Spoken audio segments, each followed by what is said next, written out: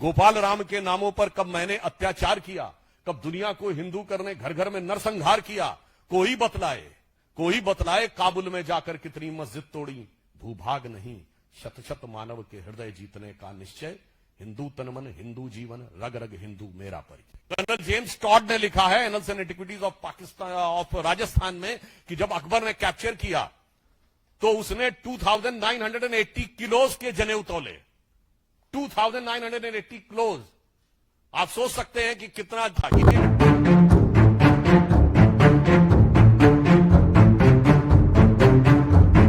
मित्रों, आज हम एक ऐसे विषय पर आपका ध्यान आकृष्ट करना चाहते हैं जो राजनीति का विषय नहीं है, जो भारत की पहचान, अस्मिता, अस्तित्व और भविष्य की संभावना और स्वरूप से संबंधित है। हर देश के इतिहास में कई महत्वपूर्ण मोड़ आते हैं और कई ऐसी तारीखें आती हैं जो अविस्मरणीय परंतु ऐसे असहनीय आघात दिए हुए होती हैं कि जिन्हें याद रखना इसलिए आवश्यक होता है ताकि भविष्य में उसकी कोई पुनरावृत्ति की संभावना न रहे। आज 6 जनवरी 2026 है। आज से ठीक 1000 साल पहले महमूद गजनी के द्वारा श्री सोमनाथ मंदिर का विध्वंस किया गया था, जो 12 ज्योतिर्लिंगों में सर्वप्रथम माना गया है, जिसके विषय में कहा गया है कि सोमलिंगम नरो दृष्टा सर्व पापो प्रमुच्यते लभते फलम मनोवांछितः मृतः सर्वम समाश्रयेत। ये माननीय प्रधानमंत्री जी ने भी आज जो इसके अपना विचार व्यक्त किया है उसमें इस श्लोक का उद्धरण दिया है कि अर्थात सोमनाथ एक ऐसा लिंग है जिसे देखने मात्र से पापों का नाश होता है, पुण्यों की प्राप्ति होती है, मनोवांछित फल प्राप्त होते हैं और स्वर्ग का मार्ग प्रशस्त होता है। और आज 1000 वर्ष के बाद अगर हम देखें तो 1951 में सरदार पटेल के प्रयास से और जवाहरलाल नेहरू जी के पुरजोर विरोध के बावजूद प्रथम राष्ट्रपति डॉक्टर राजेंद्र प्रसाद जी की उपस्थिति में यह स्वप्न साकार हुआ था। और आज प्रधानमंत्री श्री नरेंद्र मोदी जी के नेतृत्व में जो बात डॉक्टर राजेंद्र प्रसाद जी ने कही थी कि समृद्धि की तरफ जब भारत बढ़ेगा तो यह पूर्ण होता हुआ दिखाई पड़ेगा, तो आज पूर्णता की तरफ बढ़ रहे हैं। जब हम चौथी बड़ी इकोनॉमी है, चौथे बड़े स्टॉक एक्सचेंज हैं, तीसरे बड़े ऑटोमोबाइल मैन्युफैक्चरर हैं, दूसरे बड़े मोबाइल हैंडसेट के मैन्युफैक्चरर हैं और डिजिटल ट्रांजैक्शन में दुनिया के नंबर 1 देश ही नहीं है, वर्ल्ड की सारी मेजर इकोनॉमीज में लगातार 2 साल से फास्टेस्ट ग्रोइंग इकोनॉमी है। अर्थात जो सोमनाथ के संकल्प का विचार था वो आज चरितार्थ होता हुआ नजर आ रहा है। दूसरी बात यह आती है कि इसको आज स्मरण रखने की क्यों आवश्यकता है, क्योंकि इस देश की अस्मिता के साथ एक बहुत घिनौना मजाक किया गया। मैं घिनौना मजाक शब्द इसलिए कहता हूं, हमारी जनरेशन के आप सब लोगों ने पढ़ा होगा, इतिहास में पढ़ाया जाता है कि साहब जो कुछ मोहम्मद गजनी ने किया सोमनाथ पे वो तो केवल पैसा लूटने के लिए किया था, उसका कोई धार्मिक भावना से लेना देना नहीं था। और इतना ही नहीं, और इसका स्रोत कहां से आता है? पंडित जवाहरलाल नेहरू की डिस्कवरी ऑफ इंडिया। जो मूल एडिशन 1948 में छपा है उसमें 161 और बाद के एडिशन में 240 के आसपास आ जाता है, तो पेज नंबर वेरी कर सकता है, पर आप जाकर यानी वो कोई धार्मिक उन्मादी नहीं था, वो तो पैसा कमाने के लिए आया था और उसके लिए भारत में आकर सिर्फ पैसा प्राप्त करना ही उसका उद्देश्य था। और आगे वो लिखते हैं कि वो कला का कितना बड़ा प्रेमी था कि जब वो मथुरा में एंटर करता है तो वो इतना प्रभावित हो जाता है वहां की स्थापत्य कला को देख के। The building interested him was so much impressed by the city of Mathura from Delhi. All about he wrote that there was 1,000 edifices from which the faith has fallen, nor it's likely the city attained the present. वो कहते हैं कि वो देखकर इतना अभिभूत हो जाता, कहता लगता ही नहीं इतनी सुंदर मूर्तियां और सुंदर मंदिर और सुंदर भवन मनुष्यों के बनाए हुए हैं, तो जिन्न के बनाए हुए हैं। और कहते देखिए जवाहरलाल नेहरू जी कहते हैं कि महमूद गजनी कितना कला का प्रेमी था, जबकि उन्होंने जिस बुक से लिया है वो उसके साथ आए हुए खुद के इतिहासकार उतबी ने अपनी किताब तारीख यामनी में लिखा है कि जिस समय उसने मंदिर पे कैप्चर कर लिया और वहां के समस्त पुरोहित और राजा उनके पास गए और उन्होंने कहा कि शिवलिंग को खंडित मत करिए, इसके बदले में हम आपको लाखों स्वर्ण मुद्राएं देंगे। और उनके एडवाइजर्स को लगा कि एक अच्छा मौका है, हमें एक पत्थर से क्या लेना देना है, अगर इतना मिलता है तो ये खुद महमूद गजनी के साथ आए हुए इतिहासकार, जिससे ये प्रेरणा ले रहे हैं नेहरू जी और उनके बाद उनके गोत्र के समस्त इतिहासकार, वो क्या लिखता है, कहता महमूद ने मना कर दिया। किस लिए मना कर दिया? वो कहता है इसलिए कि मैं चाहता हूं कि कयामत के दिन मैं एक बुत शिकन के रूप में जाना जाऊं, ना कि बुत परस्तों के साथ सौदागरी करने वाले एक गलीच बुत फरोश के रूप में। यानी शुद्ध हिंदी में कह देता हूं, अर्थात मैं चाहता हूं कि कयामत का दिन आए तो मेरी ख्याति हो कि मैंने मूर्ति भंजक के रूप में मेरी ख्याति हो, ना कि मूर्ति पूजकों के साथ सौदागरी व्यापार करने वाले एक नीच इंसान के रूप में। अब बताइए, जितने लेफ्टिस्ट और ये सब समझाते हैं, ये सारी थ्योरी डिमोलिश्ड जो उसी में लिखी हुई है, मगर इतिहास को कैसा डिस्टॉर्ट किया गया।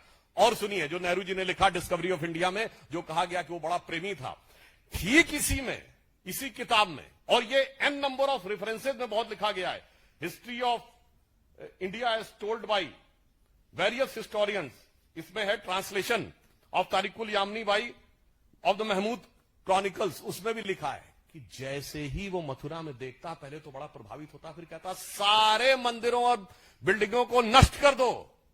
डिस्कवरी ऑफ इंडिया में वो सेंटेंस गायब, और इंटरप्रिटेशन ये कि वो तो बहुत बड़ा कला प्रेमी था। इसलिए आज भारत की अस्मिता के साथ हुए इस आघात और उसके साथ हुए इस घिनौने मजाक को याद रखने की आवश्यकता है। और एक और चीज आपको बताना चाहता हूं, भारत का एक और बहुत बड़ा नुकसान किया गया। वो क्या किया गया? आप सबने फिल्मों में डायलॉग सुना होगा। एक वो पुरानी फिल्म थी 1991 की शायद, जिसमें दिलीप कुमार और राजकुमार दोनों थे, जिसमें उनका हेलीकॉप्टर लैंड कर जाता है, तो कहता लो बंदूक मार लो, तो कहता नहीं हम तुम्हें मारेंगे और जरूर मारेंगे, मगर तब जब बंदूक भी हमारी होगी, गोली भी हमारी होगी, इलाका भी हमारा होगा और वक्त भी हमारा होगा। ये डायलॉग सिर्फ फिल्मों में सुना होगा, परंतु ऐसा नहीं है। महमूद गजनी के साथ आए हुए इतिहासकार ने लिखा है कि एक हिंदू शाही डायनेस्टी थी, आपने तो अब किसी को नाम में नहीं पता होगा, उसकी राजधानी काबुल थी, जिसका नरेश धर्मपाल जब ये लूट के गया, और धर्मपाल से युद्ध के बाद भी वो गया और आज के जो कजाकिस्तान की तरफ, और उसे पता चला कि तुर्क राजाओं ने महमूद गजनी को घेर लिया है। तो अलबरूनी ने लिखा है, अलबरूनी ने लिखा है, क्या लिखा? उसने कहा जब घेर लिया है तो वो धर्मपाल उसको कहता है कि मैं 2000 घुड़सवार, 10,000 सैनिक और 100 हाथियों के साथ तुम्हारी मदद करने को आने को तैयार हूं, मगर किस लिए? इसलिए नहीं कि मैं तुम्हें बचाना चाहता हूं, इसलिए कि तुम्हें मारने का संकल्प मैंने लिया था, तो मैं अपने अलावा किसी और को तुम्हें पराजित करते हुए और तुम्हें मारते हुए नहीं देखना चाहता। ये वो चीज थी जिसने भारत को बचा के रखा, ना कि एक गाल के बदले दूसरा गाल आगे कर देने के सिद्धांत ने। इसलिए इसी के लिए श्रद्धेय अटल बिहारी वाजपेयी जी ने पूछा था, आज सोमनाथ जो दिखाई पड़ रहा है, माननीय प्रधानमंत्री जी ने जिन भाव की अभिव्यक्ति की है, वो दर्शाता है कि भारतीय संस्कृति की वो जीवनी शक्ति थी, वो संघर्ष शक्ति थी, जिसने दुनिया के सबसे बर्बर आक्रमणों को भी झेल कर अपने को बचा के रखा, जिसके लिए अटल जी ने लिखा था कि दुनिया का इतिहास पूछता रोम कहां, यूनान कहां है, घर घर में शुभ अग्नि जगाता वो उन्नत ईरान कहां है, दीप बुझे पश्चिमी जगत के छाया जब बर्बर अंधियारा, तभी चीर कर तम की छाती चमका हिंदुस्तान हमारा। और जो चमक थी उसकी अभिव्यक्ति सोमनाथ के प्रथम ज्योतिर्लिंग में दिखाई पड़ती थी। मगर अफसोस 1835 में मैकॉले ने जो विष हमारे दिमागों में भरना शुरू किया, 2035 में प्रधानमंत्री जी ने कहा उस विष से मुक्त करनी है, उस विष का बहुत बड़ी विष बेल को काटने का प्रतीक सोमनाथ का मंदिर था। अब आप कहेंगे साहब बहुत इतिहास की बात हो गई, आज के कॉन्टेक्स्ट में क्या है? तो यह भी मैं बताना चाहता हूं, आप सभी लोग, विपक्ष के लोग बहुत बोले थे कि डोनाल्ड ट्रंप ने ऑपरेशन सिंदूर के बाद भारत पाकिस्तान की मध्यस्थता की बात कही थी, और इसको लेकर हमारे विरोधी बहुत उछल उछल के बोल रहे थे। तो 11 मई 2025 को डोनाल्ड ट्रंप ने यह भी बोला था ये 1000 ईयर से इंडिया और पाकिस्तान के बीच की लड़ाई है और कश्मीर उससे जुड़ा हुआ मुद्दा है। तो मैं पूछना चाहता हूं, इन लोगों में से किसी ने सवाल किया कि 78 साल पहले बना हुआ देश में 1000 साल पुरानी लड़ाई क्यों है? ये वही 1000 साल की लड़ाई है जिसका 1000 साल आपको दिखाई पड़ रहा है। और ये मैं केवल अपने मन से नहीं कह रहा हूं। पूछिए पाकिस्तान की सरफेस टू एयर मिसाइल का नाम क्या है? Ghazni. Air to air missile का नाम बाबर। दूसरी मिसाइल का नाम गौरी। इसलिए जो इस देश में बैठकर मैकाले के मानस पुत्र और मार्क्स के मानस पुत्र, यानी जिनके दिमाग में एम फैक्टर बहुत घुस गया है, the Macaulay factor of 19th century and the Marxist factor of 20th century, और कुछ और भी आप लोग सोच रहे होंगे, तो आपकी बुद्धिमत्ता पे मुझे पूर्ण विश्वास है। तो उसका उत्तर भी एम फैक्टर ही है, यानी मोदी फैक्टर। जो मोदी जी ने आज इस विषय पे अपने विचारों की अभिव्यक्ति की है, राष्ट्र को उसे समझने की आवश्यकता है। और इसलिए मैं कहना चाहूंगा, प्रधानमंत्री जी ने यह बात कही है कि यह अमृतकाल है 22 वर्ष का, और 22 वर्ष बचे हैं उसमें, 25 वर्ष का, और ये वो आधार बनाएगा जो 1000 साल तक भारत का मार्ग प्रशस्त करेगा। मगर उसके साथ साथ उन षड्यंत्रों, धूर्तताओं और कष्टों को भी याद रखने की जरूरत है जो हजारों साल से भारत पे हुए हैं। जो लोग ये कहते हैं कि मुगल आक्रमणकारियों के दौर में भारत में क्या क्या हुआ, तो उनके मैं बहुत डिटेल में नहीं जाना चाहता, सिर्फ इतना बता देना चाहता हूं कि एंगस, जो प्रोफेसर आरजी रमल ने डिमोसाइट बनाई है, जिन्होंने वर्ल्ड की हिस्ट्री का पूरा किया है, कब कब कितने लोग मारे गए, उसमें तुगलक के दौर में कितने मारे गए, खिलजी के दौर में कितने लाख मारे गए, मुगल के दौर में कितने मारे गए, कुल मिलाकर उन्होंने 60 मिलियन से 80 मिलियन लोगों के मैसेकर की बात कही है। विल डूरांड ने हिस्ट्री ऑफ सिविलाइजेशन में लिखा है, the Muslim conquest of India was not one of the bloodiest, he said was the deadliest. Colonel James Tod ने लिखा है annals and antiquities of Pakistan of Rajasthan में कि जब अकबर ने कैप्चर किया तो उसने 2980 किलोज के जनेऊ तोले, 2980 किलोज। आप सोच सकते हैं कि कितना था ये का फॉरेनर्स ने। इसलिए मैं कहना चाहता हूं, मजाक मत उड़ाइए। ये देश उसके बाद भी आज जीवित है, स्वतंत्र हुआ और उसके बाद प्रखरता के साथ आगे बढ़ रहा है अपनी उस शक्ति के कारण, जिसे समझिए और आश्वस्त रहिए कि आज जब पूरी दुनिया लड़ाई लड़ने में लगी हुई है, मैं देशों का नाम नहीं ले रहा हूं, सब एक दूसरे को के ऊपर आक्रमण करने और आधिपत्य में लगे हैं, उसमें यदि भारत का राइज हो रहा है तो इन मूल्यों को स्थापित करने के लिए हो रहा है जो विध्वंस और हिंसा के खिलाफ होगा।